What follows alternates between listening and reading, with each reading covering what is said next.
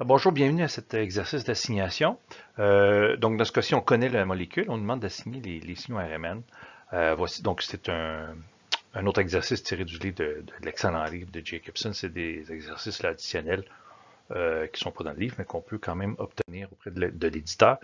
Voici la question. Donc, on a vraiment que le HSQC et le HMBC pour trouver la structure, pas trouver la structure, pour assigner, on doit assigner les signaux de l'HSQC et l'HMBC. Donc, on nous indique aussi tous les signaux en carbone qui sont là. Voici la structure de la cortisone. Donc, avec l'HSQC et l'HMBC, on aura quand même les specs protons et on aura quand même aussi les specs carbone. Donc, voici l'HSQC. Donc, au niveau des carbones, donc on a tous les specs ici. On va voir plus loin là, le reste du spec. Là, ça va jusqu'à en toute ma face. Là, 50 peut-être. Euh, on a tous les signaux, donc vous aviez, ils étaient tous énumérés dans la donnée du problème. Donc ils sont tous là, les 21 carbones de la molécule en question. Euh, donc voilà, donc en gros c'est ça ici. Euh, Ici, vous avez la suite donc, du spec HSQC, donc ça va vraiment, tous les signaux sont là. Vous voyez qu'à certains endroits, il nous en manque là, 15, on n'a pas le 16. On n'avait pas tout à l'heure, on n'avait pas de 10, on arrêtait à 9, puis on prend 11 ici. Donc c'est des carbones quaternaires, donc je les indique tout de suite ici. 16, on n'a pas de signal, donc c'est un carbone quaternaire. Je marque saturé ici parce que probablement qu'à 87, c'est encore quelque chose de saturé. À 17, on a un signal là qu'on voit pas en dessous de ma face, mais heureusement il est noté ici, 123, donc certainement un CH qui est insaturé. Et après ça, on a des carbones quaternaires. Donc 170, ça ressemble à un CH, un carbone quaternaire, pardon, insaturé. 170, c'est très haut, c'est vraiment très haut. Donc, il doit être conjugué probablement. Et après ça, on a des carbonyles, donc on en a au-dessus de 200 qui doivent certainement être des cétones. Et celui en bas de 200, là, c'est moins clair. C'est probablement pas un ester, mais probablement en bas de 200, c'est que s'il est ici bas, c'est qu'il doit être conjugué. Donc voilà. OK, donc on peut retourner, on peut déjà, oui, faire cette assignation-là. Donc je vous rappelle, donc ça c'est la molécule qu'on nous a donnée au départ. Donc, on a déjà les carbonyles. Celui qui est le plus bas ici, bon, je vous disais, c'est peut-être un ester. C'est sûr que c'est pas un ester, pas d'ester dans notre molécule. On a notre carbonyle ici qui est conjugué avec la double liaison. Donc ça devrait faire en sorte qu'il est plus bas. Donc, c'est comme on a trois carbonyles, je me dis que lui, ça doit être celui le plus bas. Les deux autres, ben, sont trop près l'un de l'autre. Là, je peux pas savoir lequel est lequel. J'ai mes deux carbones insaturés, dont un CH et un carbone quaternaire. Donc, ça doit être ceux-là. Et il y a aussi 10 et 13 qui sont mes deux carbones quaternaires euh, qui doivent être quelque part ici. 10 et 13 ici.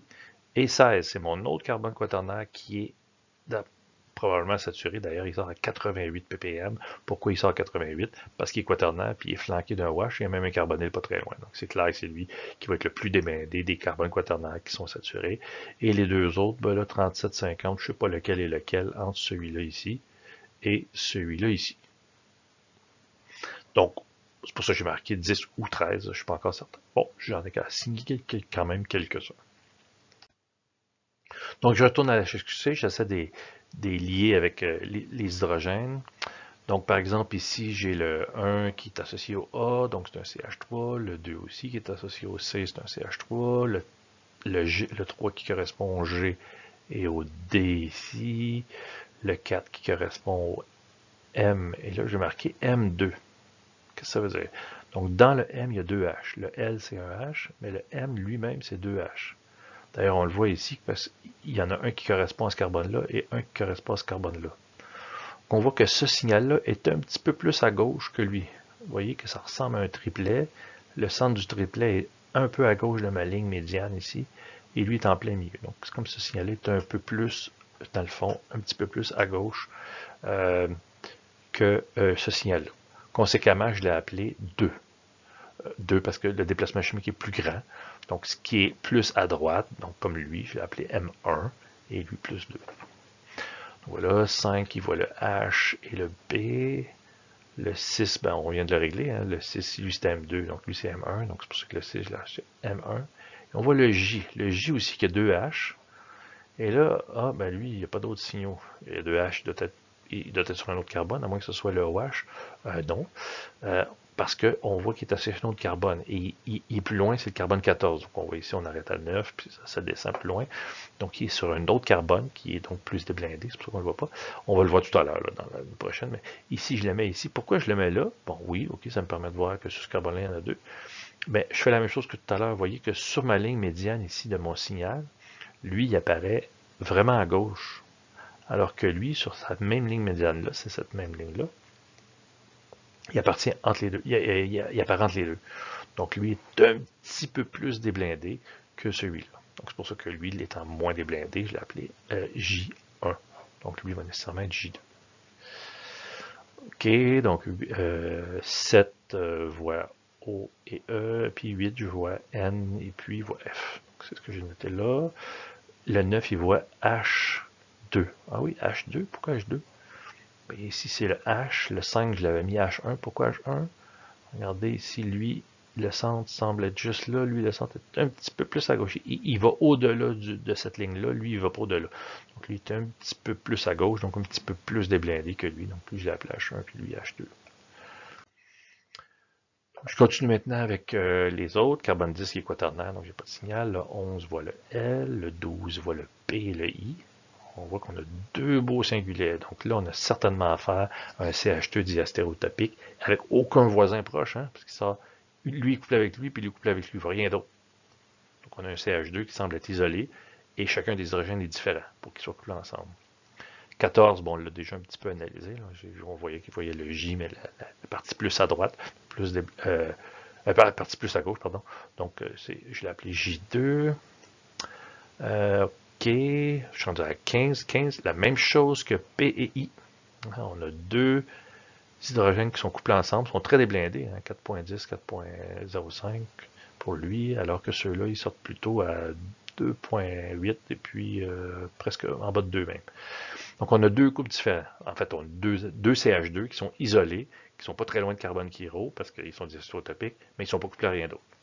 Donc on va le voir tout à l'heure que ça va être assez facile de les assigner. 16, on n'a pas rien, donc c'est un carbone quaternaire. 17 est associé à l'hydrogène S qui a un petit peu de couplage, 5,62. Donc c'est notre hydrogène insaturé. On l'avait déjà assigné tout à l'heure à notre carbone 17. Et on a nos carbones quaternaires là, que j'ai déjà assignés. Donc voilà, donc ceux qui sont en noir, on les avait déjà assignés tout à l'heure. Donc le 17S, ça doit être lui ici. C'est le seul qui est insaturé, ça va bien. Et après ça, je vous disais que j'ai P et I, et puis R et Q. QR, IP, deux CH2 qui n'a pas de voisin. Quaternaire, quaternaire, un CH2 qui n'a pas de voisin. Pas quaternaire, mais OH, et quaternaire. J'en ai pas d'autres de ça. Les autres CH2, ils ont des voisins. Même chose ici, même chose ici. Donc, c'est nécessairement, donc c'est 12 ou 15. Mais là, je n'ai pas dit 12 ou 15, j'ai même dit que c'était 12. Pourquoi j'ai dit 12 ici? Donc 12, ça serait celui-là, et 15, ça serait celui-là. Ben, celui-là est à côté d'un carbonyle et d'un OH, lui est à côté d'un carbonyle et d'un carbone quaternaire. C'est sûr que lui va être plus déblindé, donc celui qui est le plus déblindé, c'est celui-là. C'est pour ça que je l'associe directement à lui. Donc j'ai fait un bon petit travail ici. On a avancé pas mal. Donc on n'a pas tout assigné, donc on va avoir besoin des autres spectres. Soit l'HMBC maintenant, qui va nous aider. Donc là, on va voir les J2, les J3, peut-être les J4. Là. Donc on commence par le 1. Le 1 semble clairement voir le L ici. Il voit le I aussi. Puis après tout, ici, il y a des gros artefacts. Il y a un pic là, puis l'autre quelque part ici, là, à cause du fait que c'est la J1, l'artefact de la J1 avec l'hydrogène A. OK. Donc le 1, c'est un de ces deux-là. Ici, j'ai rajouté le fait que mes deux CH3, c'est les carbones 1 et 2. 1 et 2. 1 et 2. Je ne sais pas lequel est lequel, c'est les deux CH3 que j'ai. Mais mon signal 1, il voit le L qui est un CH, que je n'ai pas assigné encore. Il voit 12 I et P. Donc lui ici, ce carbone-là, 1, 2, 3, une J3, ça a bien de bon sens, alors que lui, ben, ça commencerait à être loin. Si c'était lui, 1, 2, 3, 4, 5, non, ça ne marche pas. C'est un peu trop loin. Conséquemment, le 1 voit le 12. Donc le 1, c'est lui, et le 2, ça doit être lui ici. OK. Et on voit, après ça, je me dis, bon, ici, je vois le 10-13. Donc, finalement, foncièrement, j'ai assigné, je ne l'ai pas encore indiqué ici, mais c'est le 1 qui est ici, hein, c'est le 1 qui voit le 12P. Est-ce que c'est le 10 ou c'est le 13 qui voit le 1? Donc, je regarde ici le HA. Le HA, donc l'hydrogène qui est associé au carbone 1. Je regarde pour voir lesquels carbones il voit. Ben, il voit une espèce de grosse patate ici, ça a l'air d'être, ben, coudonc, ça a l'air d'être le 13. Ça serait le HA qui verrait le 13. Est-ce qu'il voit le 10? Le 10 est ici. Pas du tout. Donc, c'est conséquent. Conséquemment, donc le 1 voit le 12 IPI là, et comme le A voit le carbone 13, ben c'est le 13 qui doit être ici. Et je vous rappelle qu'il voyait aussi le 11L. Donc le 1, y a-t-il un CH pas trop loin? Ben, le seul qui n'est pas très loin, c'est celui-là. D'où j'ai mis ma petite flèche ici. Donc ça ici, je vous ai mis ça ici parce que c'est en, vous voyez là, on voit 12-13, c'est ça ici. C'est parce que c'est en dessous de ma face. Donc je vous l'ai remis à côté pour qu'on puisse le voir. Donc voilà. Donc on a 11L ici, on a 13 qui est là, 10 qui est plutôt là, et 2C, vu que lui c'est un A, ben, j'ai juste un autre CH3, donc il s'en va à cet endroit-là. Donc j'ai quand même avancé, hein, j'ai mis ceux-là, là je viens de mettre ceux-là ici. Ok, donc c'est pas si mal. Donc continuons, le 2 maintenant. Le 2 il voit quoi? Le 2 il voit le N. Ok, il voit aussi le F, ça donne bien sur ce même carbone. Il voit le J, mais le J qui est plus à gauche. Hein? Celui qui était plus à droite, ce serait ça qu'on verrait, mais il voit plutôt celui qui est plus à gauche, donc avec le plus grand chiffre, le plus grand déplacement chimique, donc je l'ai appelé J2. C'était sur le carbone 14, un CH. Il voit aussi le S. On le voit ici. Donc dans l'encadré, on voit que le 2 voit aussi le S. OK. Donc le carbone 2, il voit le S. Le S, c'est un, regardez la position, c'est donc celui qui est insaturé. Donc le carbone 2, il voit 8FN, donc c'est-à-dire un CH2. C'est pour ça que je me permets de le mettre là, parce qu'il n'y a pas d'autre CH2 proche. Il voit HJ2, donc un CH. Et où le CH le plus proche? Ben oui, il est juste là. Et il voit FN, je l'ai déjà dit. Et il voit le S aussi, 17. Ah oui, ça, oh, c'est loin. 1, 2, 3, 4. Non, c'est le 2 qui voit le S. 1, 2, 3 et 4. C'est rare qu'on voit les J4, c'est dans un cycle, c'est quand même assez rigide, puis en plus il y a une insaturation. C'est probablement pour ça qu'il réussit à le voir. Donc ça nous permet quand même d'assigner ces deux-là, puisque le 2, on le sait c'est lequel maintenant, de l'acétate précédent. Donc si je regarde le 3 il semble voir le O aussi un peu, ça donne bien, puisqu'il voit un petit peu le E aussi, qui sont sur le même carbone. Il voit le L, qu'on a vu tout à l'heure. Il voit un petit peu le I. Ouais, un petit peu le I. OK. Là, il y a l'artefact qui apparaît ici, puisque c'est le D qu'on observe. OK. Donc le 3, que je n'ai pas encore placé, il voit donc c'est un CH2 qui voit un autre CH2. Ah ben oui, j'ai un groupe de CH2 ici et j'ai un groupe de CH2 là. Mais on voit que le 3D voit le 7EO. Mais lui, on l'a déjà défini. Donc, ça ne doit pas être ces deux-là qu'on voit. En tout cas, le 3D, DG, c'est pas celui-là parce qu'il voit un CH2 qui est le 7EO. Donc, ça ne peut pas être ça, c'est FN. Donc, c'est soit ceux-là ici ou soit ceux-là ici. Mais il voit aussi le HL. Le 3, il voit le HL quand même assez bien. Donc, lui ici, s'il voit lui, c'est certainement pas eux autres. Ça commence à faire loin. Alors qu'eux autres ici, c'est juste à côté. C'est pour ça que je me permets de les mettre ici. Lequel est lequel? Ben, lui, ça ferait une 1, 2, 3, 4. Il devrait pas le voir. Mais c'est un cycle à 5, c'est assez rigide. C'est pour ça que j'ose pas faire l'assignation directement en disant que lui, c'est le 3DG. Je pense pas que ça doit être le 3DG, mais je suis pas certain. OK. Puis on a vu aussi qu'il voyait un petit peu le HI. Donc, ça ici. Ça confirme d'ailleurs que ça serait lui. 1, 2, 3, 4. Bon. Ah non, c'est le 3. 1, 2, 3, 4. Lui, ça ferait 1, 2, 3. Ah, ça ferait 4 aussi. OK. Mettons que je ne suis pas sûr. On va voir si jamais on n'a pas d'autres informations, je pourrais dire que c'est sûrement le 3DG qui est ici pour être en mesure de voir ce coulage-là puis que lui ne le voit pas. On verra. Maintenant, j'ai le C4. Le C4 que je n'ai pas encore trouvé. Qu'est-ce qu'il voit le C4?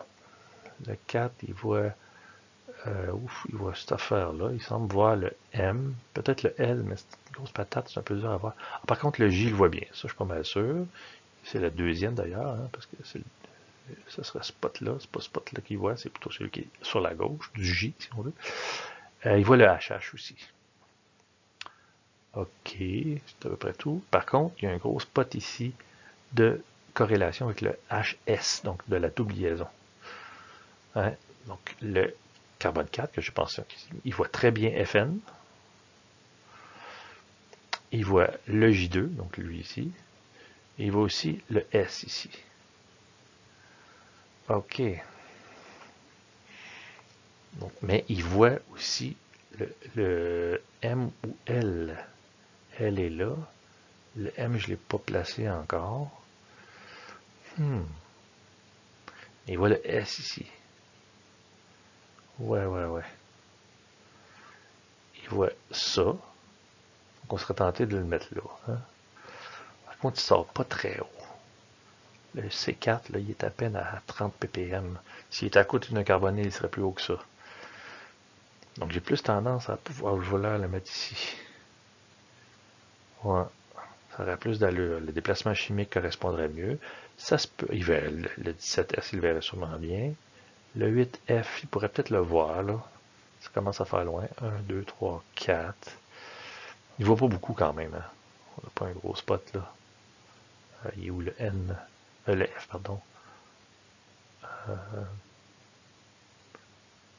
Ouais, non, il ne voit pas beaucoup. Bon. En tout cas. Maintenant, si je regarde C5 à C8, là, j'ai beaucoup d'affaires. C'est un peu dur à voir hein, pour ces deux-là. Donc, j'ose même pas l'écrire, le 4. Par contre, si je vais voir le C6, bon, c'est pas toujours facile à voir, mais celui-là, il voit le HS. 6 ici. Il voit vraiment le S. C'est pas le 7 ou le 8, là. On est capable de faire vraiment une ligne qui nous montre que c'est lui. Donc le 6, il voit le S ici. Donc j'ai encore un CH2 qui voit le F. Le 4 aussi, il voyait le S. Il voyait pas beaucoup. Ah non, il voyait vraiment beaucoup, le 4. Ouais. Bon. Est-ce que eux autres, ils voient le 8? Et pas le 8, est-ce qu'ils voient le J, le M? Oui, possiblement. Oui, ils voient le J. Ouais. Le 4M, est-ce qu'il irait là? Est-ce qu'il pourrait être là aussi? Est-ce qu'il serait là? C'est surprenant qu'il soit là. C'est pas très déblindé. Donc, il est soit là, parce qu'il voit le S. Il ne doit pas être là, en tout cas. Puis le 4, on dirait que c'est un des deux aussi. On continue. Le C9. C9, il voit le L, assurément. Il voit le K, assurément. Il voit le J, plutôt le deuxième J, là, qui est plus à gauche plutôt qu'à droite, parce qu'on n'a pas de spot là. L'artefact dû au fait qu'il est sur l'hydrogène H. Et il voit aussi le D. Ah, c'est pas le gros spot parce qu'il y a un spot qui ressemblerait à ça. Il est plutôt sur la gauche là, du gros spot. Donc c'est vraiment le D qu'il voit. Donc c'est intéressant parce que le H, le 9H, c'est un CH qui reste. Il y aurait juste lui qui restait d'ailleurs. Donc il voit le D. Il voit très bien le D. Mais il ne voit pas ni le E, ici il n'y a rien, ni le O, ici il n'y a rien. Pourquoi je vous dis? Parce que c'est le OE ou DG. Donc il voit effectivement le D, quand même assez bien, mais il ne voit pas le G. Ah, puis c'est quoi le CH qui nous reste?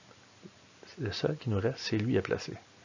Donc si c'est lui, il envoie un via une 2, c'est le 9, donc ce serait lui.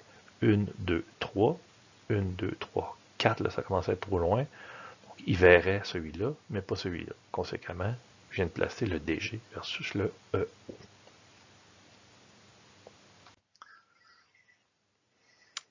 OK. Donc ça, je l'ai déjà mentionné. Comme ça, c'est le seul qui reste. Je le mets ici.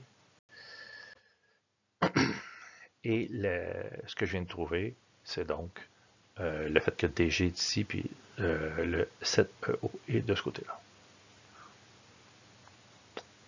Il ne nous reste qu'un CH2 à placer, c'est le 5BH.